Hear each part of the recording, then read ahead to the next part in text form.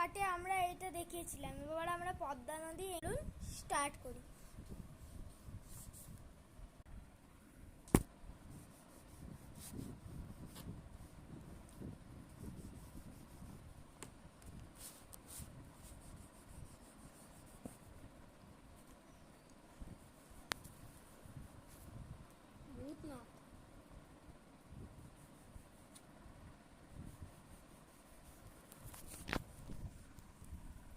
Guys, আমাদের পদ্মা নদী আঁকা কমপ্লিট।